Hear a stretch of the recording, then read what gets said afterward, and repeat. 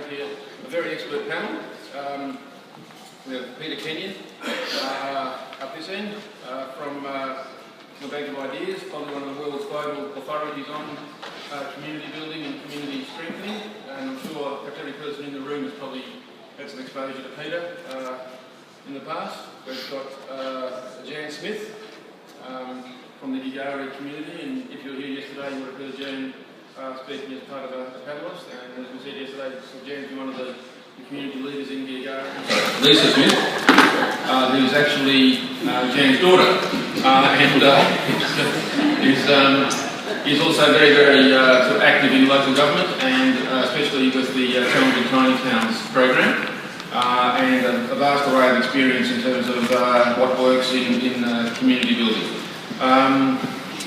We have Kimbra White, who is past president of the Institute of Public Participation Australasia, IAP2. What's it stand for? The International Association for Public Participation. Sorry, keep on getting confused. Yeah, IAP2. And you'll be aware of their famous sort of bar graph showing the degree of community consultation across the community ownership, etc. Liz Johnson, who is well known to all, is an ex-mayor of Port Phillip, council and member of the MAV, and also has now been involved in heading up the Planning Institute of Australia Victorian Division as their executive officer. So again, Liz has had a vast amount of experience over many years in terms of community engagement at the local level. Matthew Gordon from RSA, and again becoming just an increasingly sort of prominent force in new social media, electronic media, with sort of big business, big government, things like Q&A on Channel 2, etc., etc. Matthew Gordon. And down the end is Ray Campling, the CEO of Yarriambiack, Shire. A very popular member of our... bring you under here for me. He was so good that when he left the council to go up to New South Wales, they dragged him back. So, very popular member of the rural community. Thank you, Ray. Okay, so we'll start the ball rolling by an introductory comment up to 5 minutes, 4 or 5 minutes from each person about what we're trying to achieve here with improving community building as a goal of government. Peter Kenyon. Thanks, John. And can I just say, as a West Australian-based person, it's always a privilege to be in Victoria. I think here we've always been at the cutting edge. Doesn't matter what colour of government tends to dominate here. I tend to find the conversations that go on around these type of themes, around community building, around leadership, around community economic development. Victoria tends to be, with that type of quality conversation, is really so important, and so for me it's just great to be here, to hear some of the sessions and benefit from the type of quality conversation that's going on. I need to say, currently in my own state, that ain't the situation, particularly when it comes to local government. We have the Emperor that runs Western Australia currently destroying local government, and the level of debate around that, and particularly the destruction of what we're really talking about is participatory democracy, the elimination of what we've always had called the date or amendment, which does give people that right to be able to say, do we want to be amalgamated or not? It's just been eliminated as part of it. And certainly I'm finding that it's a very sad day for Western Australia, because fundamentally we're dominated there by a theory that people live in an economy, not in community. And it just seems to me that what I've been hearing this morning, the importance of community, has actually come through quite strongly in this particular event. I want to say that, to me, community building is not just vital for good governance. I actually think it's at the heart of what local government is actually all about. I think we had someone this morning talk about, we've got to get back to what the purpose of local government's about. And I often draw upon one of your conferences that the MAV convened 6 or 7 years ago, where people came together and tried to define the purpose of local government. And at the end of the day, that statement was really about trying to build strong and successful communities. And I often draw back on that. And I often draw back on, what do these places actually look like? If we want strong and successful communities, what goes on in these places? What characterises these type of places? And if you look at the national and the international evidence, you'll see this whole thing about community participation, where people, where residents are citizens, where they actually engage in the business of community in an active way, is fundamental. It's often the underlying number one principle or kind of like characteristic of a healthy, kind of like connected, involved type community. And so to me, the stuff that we're talking about, community building, is not just about governance, it's really at the heart of what we really need to be on about. And I suppose I'm one of those people who's often used that analogy, and I'm glad we had someone from the Geelong football team here, and as a doctor's person, I hope they'll do terrible next Saturday. But I felt that was a really interesting kind of like analogy between the two, and I suppose I've often used the football analogy as well, and that is that so many of our communities and how we often run local government can be equated to a football game, where 30,000 people in needy exercise turn up to watch 36 players who don't. And it seems to me that so often that is how we actually run our community. So to me, what we're talking about today, and particularly this session, is absolutely vital. That community building, participatory democracy, is really at the heart of what local government needs to be about. And I think we just need to become a lot smarter about that, and I look forward to particularly people like Matthew and others sharing things like social media today. You know, we just got to do it different. We just got to actually lift that level and quality of engagement if we want good local government. Thanks, Peter. Jen? I can only talk on what's excellent in my community, and community planning has given us a new life. And last night I sat down and I came up with half a dozen words that are about what we're about. It's about engaging, it's about flexibility, it's about being exciting, it's about being creative, it's about capacity building. That's what we believe is the state of the art, because it's managed to get our community over a period of 10 years totally together. Every group in the town, in which there's about 13 groups, now belongs to what we call the development group, which is our planning group. I'm a huge fan of bottom-up planning, not top-down planning. And I don't understand why councils can't get it into their head. They lose a lot less bark if they actually engage in bottom-up planning. And I'll give you an instance. 3 years ago, our kindergarten received this little letter in the mail: you don't have enough children to function next year, we're shutting your kindergarten. Maybe this is Girgarre. So the girls, all of a sudden, I'm getting 4,000 phone calls. Okay, I'll kindergarten teacher, I knew where to go. As part of the consultative process with council, we didn't know how many kids constituted a kindergarten, and that's the first step we took, because kids in farming towns notoriously come along in February doing that. But every time we said, oh, we found 2 more kids, it wasn't enough. Okay, so step 2, we went and found ourselves alternatives, which were 3 clusters. And we looked at those clusters and saw which could do the best for our community, and we moved to that cluster. What was the outcome? I understand that council can't keep subsidising poorly run, activities in communities that cost an awful lot of money. I get that. But was there a better way to do business? Was there a better way in July to come to us and say, you know what, we need to deliver this service differently? How can we go about it? How can we actually manage to keep a kindergarten service in Girgarre that meets Girgarre's needs? None of that happened. The community drove the outcome, which to move to another service, which I might say, that service now has just been credited with excellence. It not only attracts kids from our community, it takes the overflow from the next door neighbour's town that hasn't got space or capacity for its own children. If the council had come to us in July and we'd come to exactly the same end result, nobody would have lost any bark. What was the outcome? Girgarre's got a great kindergarten, they're very proud of how they went about it. Did the council win any points? I don't think so. So I really say to you, if you take your communities with you, you can achieve anything. Thanks, Jen. Lisa? All right, I'm scared next to this woman. All right, just a brief thing. I'm a thinker. That's my job. My job is to stir things up and challenge people from their traditional ways of thinking. I've operated outside of my little town for a long, long time, but through community planning it's allowed me to reconnect with Girgarre and take some of the thinking I do professionally to little towns, and it works so well. Our model for engagement is just about setting people free. And the problem that we see with community planning is that it often conflicts with the traditional controlling mechanisms that we see coming out of councils. I mean, we say community planning, but at the same time as we're giving community planning, we want control of decision making. I'm sorry, it doesn't work that way.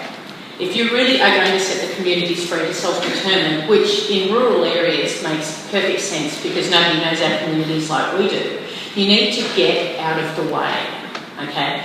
We've got certain funding which we'll spend, we'll do great thinking, but you can't control it. We're happy for parameters, aren't we? Yep. We're happy to understand we need to work within these guidelines, we can't break the laws of nature, we can only do it with this amount of money. But our whole program is about, rather than saying you don't have the thinking skills, we'll come in and provide them and we'll decide for you. Our whole program is about giving the thinking skills. So where there are communities that haven't had an idea since about 1924, we're reinstating their belief in their ability to have ideas. And these people can have ideas like they're going out of fashion. Okay. For a lot of these small towns who used to identify just in that one way that small country towns do, which is as economic hubs. The only reason people used to come to Girgarre when I was a little girl was to do their commerce, pick up the mail, get the meat, do the supermarket stuff. And of course, when those little towns lost a lot of those commercial opportunities, people stopped going to the towns. Part of our thing now is about re-identifying. So no longer does somebody go to Girgarre to conduct their commerce. Now they go to Girgarre to have some fun. So we've re-identified. So we're working with our communities, our friendly communities who've seen our success. We've expanded our program. We're reinstating their belief that they can have ideas, that they can develop stuff, that they can make great decisions, that they can implement stuff, and they can do that all for themselves. They would love council support in helping them to get there, to be their partners and to guide them when they need assistance. But they don't want to be controlled. They don't want community planning to be pulled back, which the more successful we've become, the more constrained we are being by local government. We want people to, can I be rude, get the hell out of our way. We are at such a level of development, we just need advice. There will be other towns that need more support, and we're trying to help them in that area as well. But the coolest thing of this is, guess what? Girgarre makes council look great. Is that fair to say? Yeah. We make council look great. We're happy for you to take all the credit. Well, most of the credit. But we just need to be less constrained. We won't break the law, but we don't need you to be controlling us. It just shuts everything down. Thanks, Liz. Look, and I perhaps should explain, these two can be fairly intimidating. Okay, Kimbra, you've seen this from the macro point of view with your global IAP2 framework, but you also hopefully seen the micro picture from what's been described by Lisa. Yes, so I do come from both an IAP2 perspective, so I do see the international framework, and I too would have chosen Calgary yesterday as a very good example to have given from our keynote speaker yesterday as a place of great engagement. I believe that in the IAP2 world, the centre of engagement is actually Melbourne and Calgary. We have the largest memberships, the largest groups of most active members. And I've also been involved nationally for a number of years as well. But I'm also, my day job, the IAP2 stuff is what I do in my volunteer time. My day job is as a community engagement facilitator, and I've worked with many people in this room and many councils in this room over about 15 years and have a history in local government before that as well. We've been asked essentially to look at how well are we doing. So from my personal perspective, I think some councils are doing absolutely fabulously well at community engagement. I see some of the best practice out there, and there are people in this room who do it. I have also seen absolutely poor practice. There is some really bad practice that happens out there. And what is really interesting to me is a job I worked on about a year ago where at the one council at the same time Peter was involved in some absolutely fabulous good practice and I was involved as a facilitator, because you're often caught in at the last moment, in some fabulously bad practice in the same council at the same time. I think we can talk about the assessment around that stuff later, and from an IAP2 perspective, we did do a state of practice about 2 years ago. The ranking, I don't really like rankings. There's a lot of qualitative data in here about what is the state of the practice across Australia and New Zealand.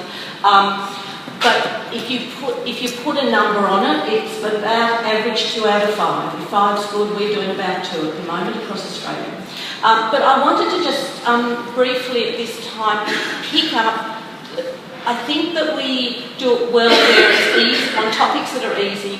We don't do it so well on topics that are hard, like our budgets, the core stuff.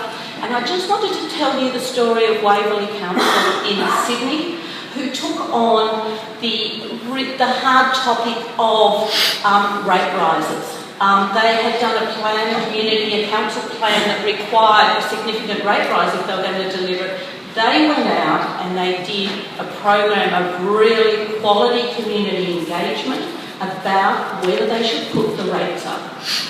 Their community, they went out on a question, should we put our rates up 120% over 7 years? So that's almost 20% a year. And their community overwhelmingly supported, we want better services and we're prepared to pay the rates. Now that goes against every perception that people want low rates. I think it's only perception that people want low rates. If you ask them, they're prepared to go for higher rates. That New South Wales rate capping that we heard about, rate keeping that we were talking about in a previous session, the New South Wales government gave Waverley Council the largest ever rate rise based on the community engagement that was done. So I think, to answer a question that I also heard yesterday, you know, there are some very good examples where community engagement delivers for local government. Thank you. Liz? I don't want high rates. Some people do, you are. I have high rates, but I do want value for my rates, and I want to know that they're being spent well and contributing to the sort of community I want to be part of. And I do know if I was across the road in Bayside, they'd be about half, which is a bit scary. I was just going to talk about a couple of things. I was going to talk about change and how that affects us. And I was going to talk a bit about scale and top-down, bottom-up, and then a little bit about the role of local government within all that. And so I thought, because I do think we have improved and are getting better at our engagement and trying to help people understand the dilemmas that you have to work through each day. So I thought I'd go back before I go forward and look how much things have changed since I've been around local government.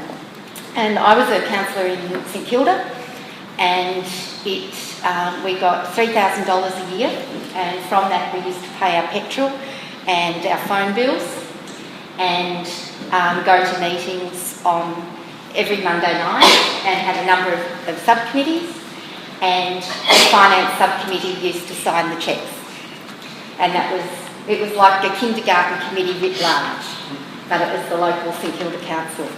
And it was one of the best things I've ever done, and I was lucky to be involved with fabulous people who were on that council who weren't there because they liked signing cheques on Monday evenings in the finance subcommittee, but they were there because it was local and they could do real stuff, and they felt it was something that they could put back to the community that they'd benefited from being a part of for a number of years. So there were people like Dimity Green, Tim Costello, John Spearing, Virginia Rogers, really, really inspiring, wonderful people who chose to give their time. And we thought about 100 years out. We didn't think about the electoral cycle. I can't remember us even ever using those words. And I think we did that because every year there was an election. Every year there were a whole lot of sausage sizzles at the polling booths. And every year up to a third of the council were new. And so you had time to learn, you had time to listen, and you didn't need to be mindful of that 4-year cycle that local government's now in. And we thought about forever. We really thought about the future and forever. And so I think that's now a challenge that you've got that I didn't have when I first got involved. During that time, my kids, I had my third, found out I was pregnant when I was door knocking with my third. There was a childcare centre in most streets, scattered through our neighbourhood. There was a dispersed network of community facilities scattered through our neighbourhood. And there were 25 kids at the childcare centre. In those days, the federal government provided capital grants as well as operational subsidies. And so they could be a human scale, neighbourhood scale, community scale, dispersed network of facilities. And I give that example for a reason, because councils want to have a neighbourhood, community, human scale of service delivery. But they're not, when you were saying top down, actually they're the meat and the sandwich, and it's a really tough job. And sometimes I think local government's the firewall in a way that tries to soften poor public policy that comes down from federal and state government, because state government does think of municipalities as pretty much, rural, metro, pretty much the same, and they're not. Within a municipality there's 20 different communities of interest and issues and things.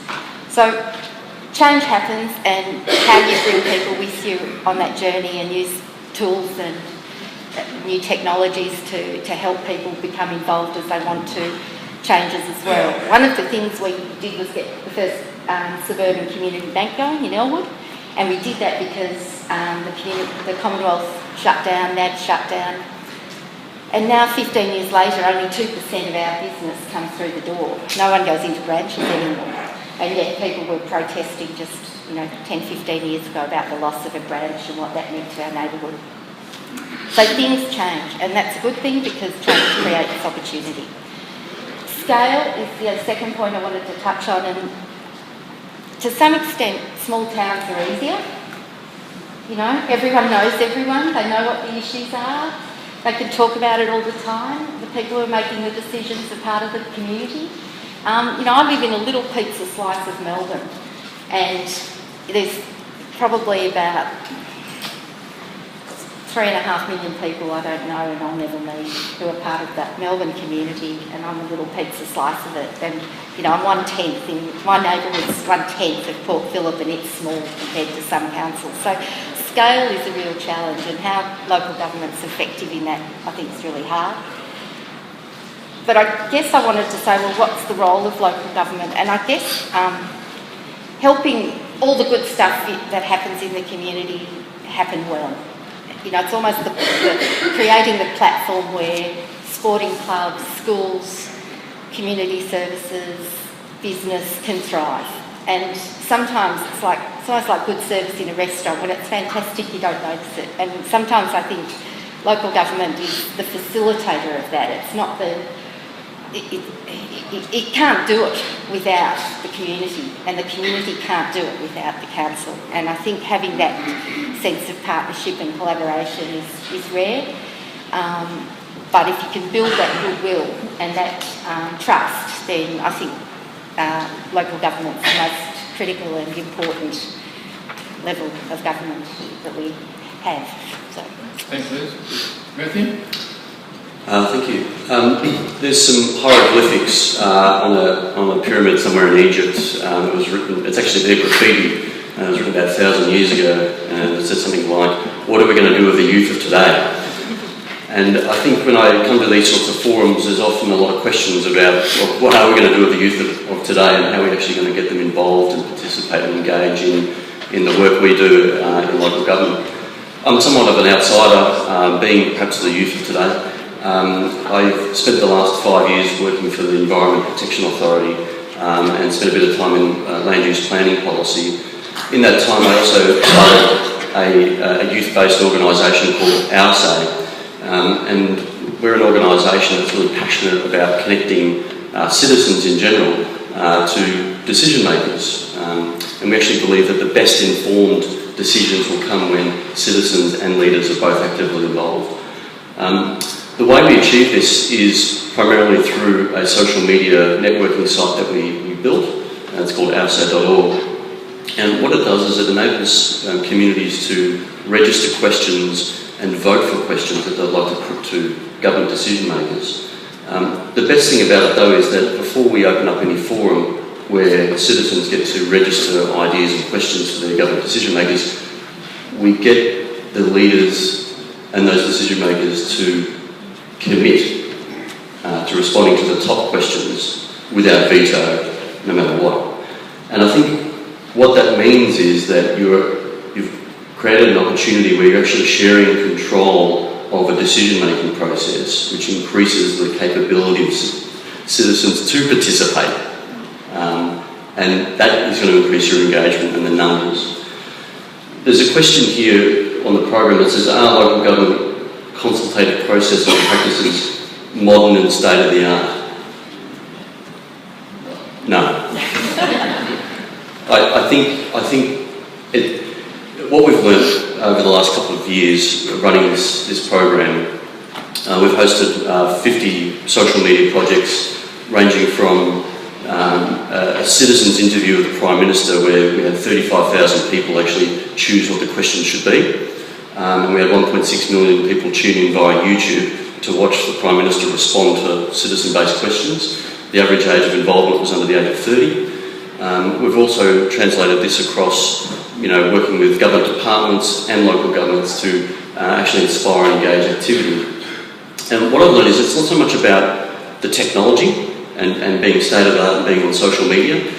I think the technology and the use of social media just reveals some really poignant challenges that you guys are facing now, and that is, as an entity of government, how do we shift from making decisions on behalf of the community to transitioning to facilitating decisions on behalf of the community? And so I think it's a poignant question for councillors who perhaps have an idea on what their role and responsibility is as a councillor. I'm here to make the decision versus I'm actually here to listen and try and facilitate other people to get involved and help making those decisions. And you see this through examples with the Golden Plains, for example, that have a really strong ethic of community planning, and they're coming up with some crazy, amazing ideas, and people are living with the decisions that come out from the community as a result. So I think that's the key thing. The reason why social media actually exposes and reveals this challenge is that it is in essential a place, it is a public media facility. It is a place where you don't get to set the rules and drive the conversation and promote the things that you want to say. You have to be open to having a dialogue and a conversation, and we're not sure where that conversation is going to go. So I think the strategy here for local government in terms of engaging and getting citizens to participate is to share control of the conversation, and that can be culturally and structurally a very difficult thing for you. Thanks, Matthew. Raymond, you're the CEO who's got this challenge of actually doing it. What's your take on it? Thanks, John. Just prior to getting to my spiel, significant public announcement to make. I think common sense has taken over vanity, so today I'll be wearing my $3.95 cheapest chips cheap glasses because I've just looked down at my cheat sheet and I'm struggling to see what's down there, so very significant occasion for myself. Those who don't know where Yarriambiack is or what Yarriambiack means, Yarriambiack, or as the locals call it, Utopia, is located probably 4 hours west of Melbourne. Yarriambiack, from my understanding, means red gums beside the creek. Covers an area of 7,160 square kilometres. We have a population of 7,800 quality residents. We have 16 towns. Of those 16 towns, 10 below 200 people. And we predominantly are an agricultural based area and produce 27% of the state's cereal crops. We appreciate as a small rural municipality, there's a lot of things we can't unfortunately do and can't expect it to be done as a local government authority. although we do provide in the vicinity of 80 services to our community. But what we can do, and something we've agreed as officers and particularly as elected members, that we can provide good quality community engagement, good quality customer service and strong advocacy for our communities. And that's something I believe that I might be perceived as naive nor ignorant and got my head in the sand, but I think the Mayor will concur with me that we have done particularly well in this area. We don't rest on our laurels. We realise there's a lot of work still to be done.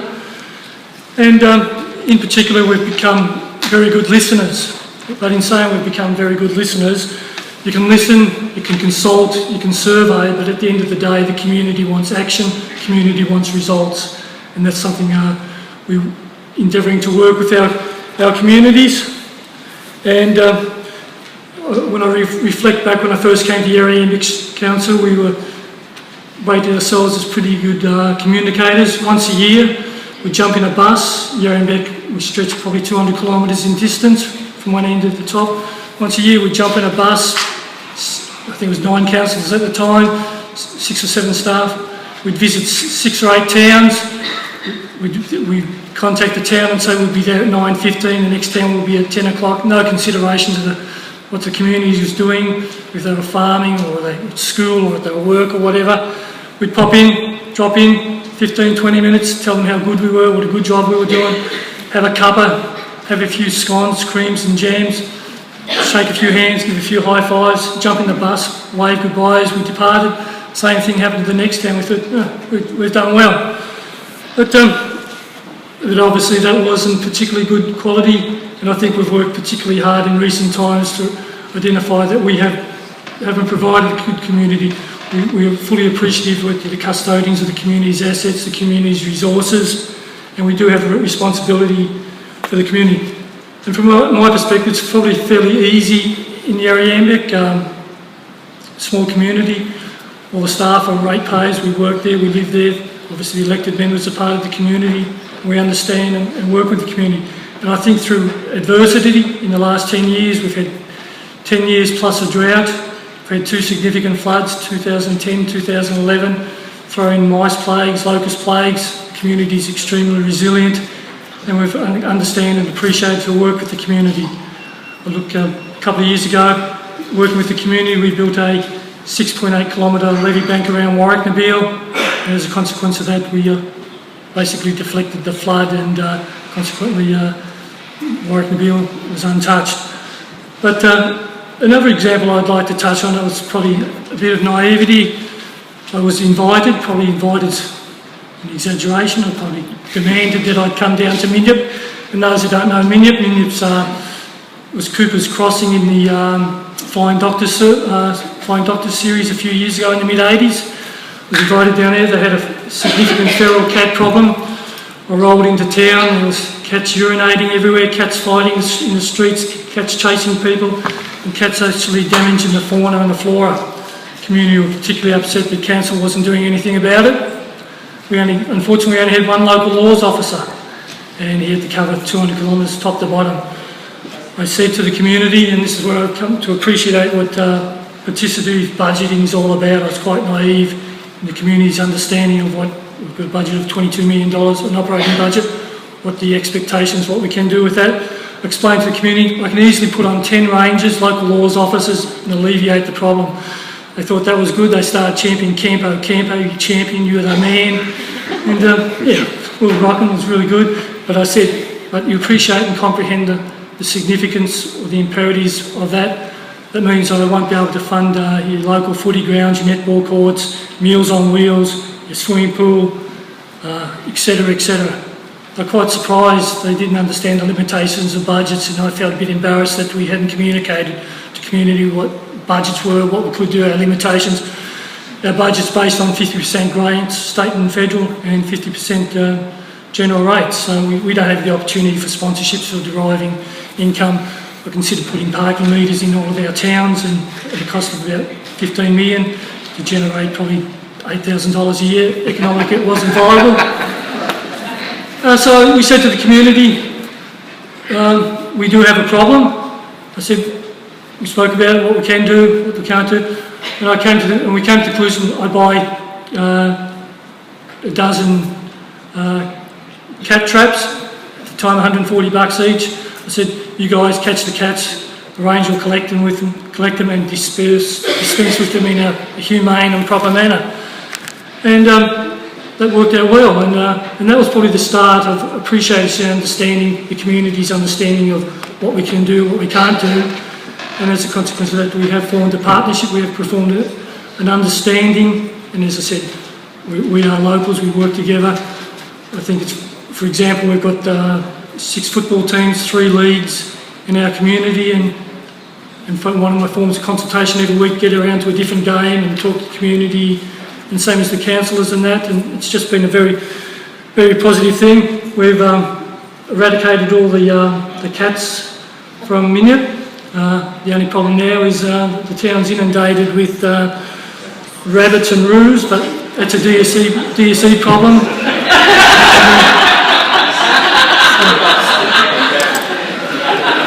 So I'll basically leave it on that note. As I said, as council and staff, we feel part of the community, but with our consultation processes now, we listen to the community, how they want to be consulted. We meet with them weekends, before work, after work, whenever it's applicable, have a barbecue, etc. But conversely, it's not tokenism, we're not perfect. The challenges now with new technology, we're looking forward to the NBN rollout, the advantages associated with that. It's a small council, we're struggling how we're going to do the different forms of technological advancement and so forth, but I think younger people are having a better understanding, appreciation of what local government is. And I was fortunate to grow up in Canberra. I had no understanding of local government until I signed a contract to play footy with Queanbeyan just across the border, and I've been in local government. And I'll finish off, Johnny, but I looked at Phil Shanahan's presentation yesterday. Phil was my first CEO when I was a Municipal Recreation Officer in Portland. He was also on the board of the Haywood Football Club. I coached in the mid-80s, and I appreciate what Phil said. I comprehend what Phil says, but I don't necessarily agree with all what Phil says, but it was provoking. And thank you for the opportunity to be here. I know I was a substitute, but I've appreciated the opportunity, Johnny. Thanks.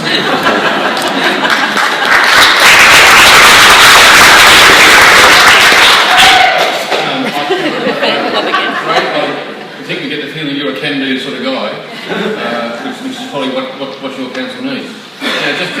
Just before we pass it over to the audience, quick question up to everybody, and not a long answer, just a short answer.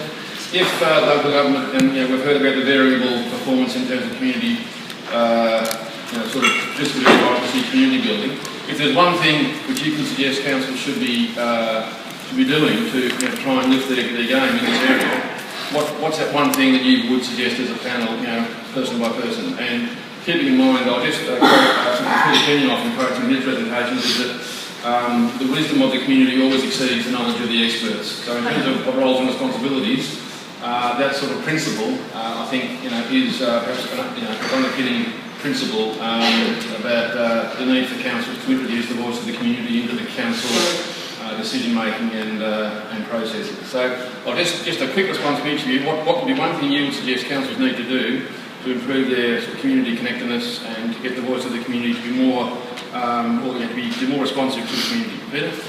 I think we've just got to recognise we need to do better, and we need to move from just realising it's about trying to get their input into our decision making through a conversation. We've got to realise that we've got to start seeing people not as consumers or ratepayers, but kind of like co-producers with us. Citizenship is about involvement. Citizenship isn't just about talking. And my experience is that people support kind of like what they help to create. And the more we engage our residents kind of like as co-producers in our future, the more our communities, I think, become stronger and great places. I think we just got to take a bit of risk and believe that and give it a go. And I think just the illustrations we've had, not just from rural communities, I mean, let's be honest, Melbourne is a collection of villages, and I've seen amazing stuff happen in even urban areas where people are given a sense that they matter, their voice matters, that they've got a contribution and a respect to get in, and not just to participate in what I think often we call consultations, just information sharing, but genuinely becoming part of the process and no longer just perceived as a consumer, but as a co-producer of that future things happening. Jan, quickly. 2 words. I want people in council to listen and I want them to hear. And that's 2 different things entirely. That's all I ask about council. Thank you. Lisa?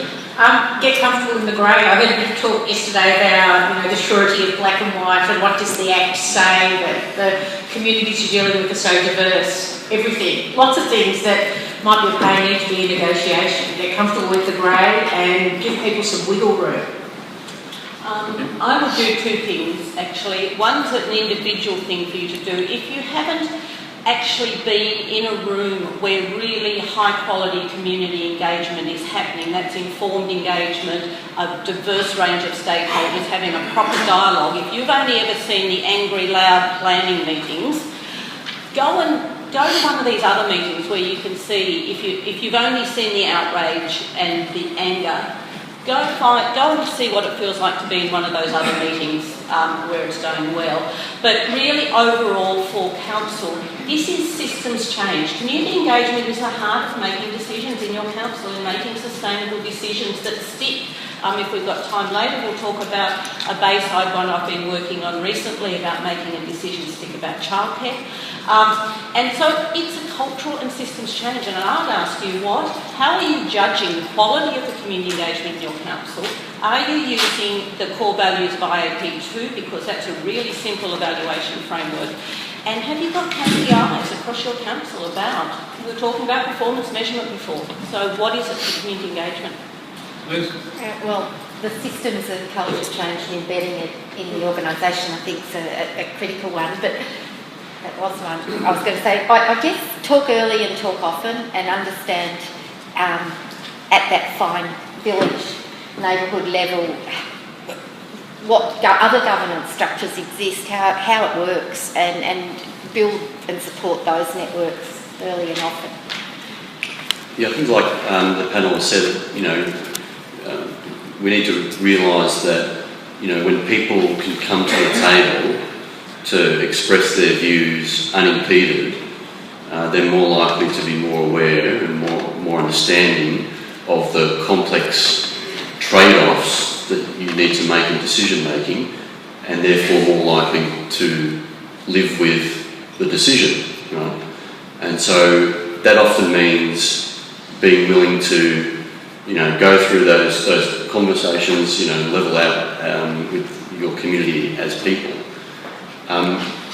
Translating that into social media, I think the one thing that local government needs to do is chill out on the whole reputation risk thing online, because, either way, your reputation is already at risk, it's already happening. You're just not part of the conversation, and so you're not in control.